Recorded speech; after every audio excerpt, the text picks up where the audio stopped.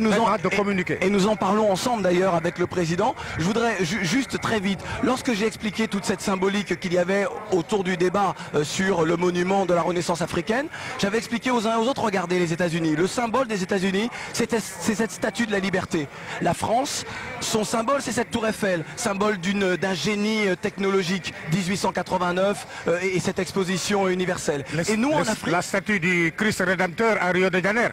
Exactement, également pour cette spiritualité. Et nous en Afrique, nous avions besoin, au regard de la période que nous vivons, de nous reconstruire. Frantz Fanon a tout écrit dans Peau noire et masque blanc. Il est important que nous nous guérissions de tous les affres, de tous les épisodes du passé, non pas pour vivre dans le passé, mais pour mieux comprendre le présent et pour ensemble construire l'avenir. Et puis je voudrais juste paraphraser Cheikh Anta Diop qui disait construire tous ensemble, quelle que soit la couleur de notre peau, construire tous ensemble cette grande civilisation plutôt que de sombrer dans la barbarie.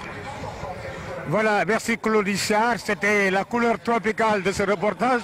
Et nous accueillons un deuxième invité. Alors que nous apercevons sur ces images les chefs d'État qui sont justement assis dans un salon où certainement un cocktail a été servi. Il s'agit donc de M. Kafa Diallo, qui est à diversité, mais qui s'écrit autrement. Alors, c'est D-I-V-E-R-S-C-T. Alors, M. Diallo, d'abord, dites-nous, c'est quoi votre fondation et ensuite, pourquoi de votre séjour ici? La Fondation européenne du mémorial de la traite des Noirs a été créée à Bordeaux il y a de cela maintenant une dizaine d'années. Bordeaux qui était un ancien port négrier, une ville qui était amnésique par rapport à son passé négrier. Et nous nous sommes engagés véritablement pour briser cet oubli-là. Parce que la traite des Noirs et l'esclavage, c'est l'histoire de l'humanité, c'est l'histoire du métissage de l'humanité, c'est l'histoire des pulsions de vie contre des programmes de mort, c'est l'histoire d'un crime contre l'humanité. Et je suis heureux aujourd'hui d'être au Sénégal, puisque le Sénégal est la première république noire à déclarer la traite des Noirs et l'esclavage crime contre l'humanité. La traite des Noirs et l'esclavage, nous le savons, a duré 3 siècles et demi, 15 à 20 millions d'esclaves qui ont été déportés. C'est l'exemple d'une Afrique et d'une diaspora vigilante, d'une diaspora qui prend son destin en main, qui résiste. Ce que nous retenons de ces hommes et ces femmes, c'est qu'ils ont été des résistants.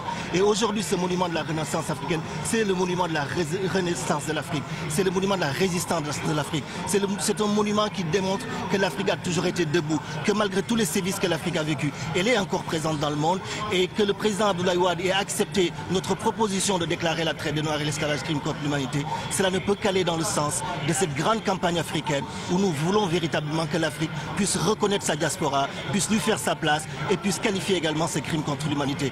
Parce que l'esclavage et la traite des Noirs est le seul crime pour lequel il n'y a pas de châtiment et il n'y a pas de réparation. Donc notre présence ici est extrêmement importante. C'est une grande fierté puisque je suis d'origine sénégalaise et que je suis né et j'ai grandi au Sénégal, de revenir dans ce pays-là avec cet accord, ce soutien que le président de la République porte à ce projet pour que nous puissions aller plus loin. Je disais ce matin lors du colloque au Méridien Président que véritablement si aujourd'hui aux États-Unis on peut avoir un homme comme Barack Obama qui est à la magistrature suprême, c'est parce qu'il y a eu des combats, parce qu'il y a eu des militants, des gens comme Malcolm X, comme Martin Luther King, comme Rosa Parks, des gens qui se sont battus, comme Jesse Jackson qui est ici présent, des gens qui se sont battus pour montrer que la diaspora africaine, que l'Afrique est toujours présente, elle est toujours debout, elle est éternelle. Et elle est éternelle aujourd'hui grâce au président Wade. Ce que nous souhaitons de tout cœur, c'est que la jeunesse de l'Afrique, mais la jeunesse du monde entier, puisse s'approprier ce monument, le faire sien, la fierté d'un continent, la fierté d'un peuple et la fierté d'une mémoire. Merci beaucoup, M. Diallo. Et Jérôme, comme on le constate, on a eu des témoignages vraiment quelquefois émouvants. Et je crois qu'avec l'inauguration de ce monument, nous sommes en train d'entrer dans une ère assez particulière, en tout cas, dans l'histoire de l'Afrique, dans la Renaissance africaine. Alors, il faut dire, Amadou Mbayeloum, que tous ces témoignages ont été empreints de sagesse et tout cela même qui se sont exprimés à notre micro.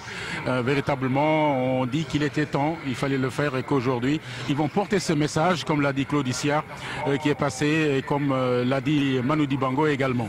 Alors, au pied de ce monument partira un chœur tout à l'heure. Vous voyez ces jeunes filles et jeunes garçons habillés en couleur or et bleu sous les drapeaux qui flottent au vent. Je parlais du temps qu'il fait.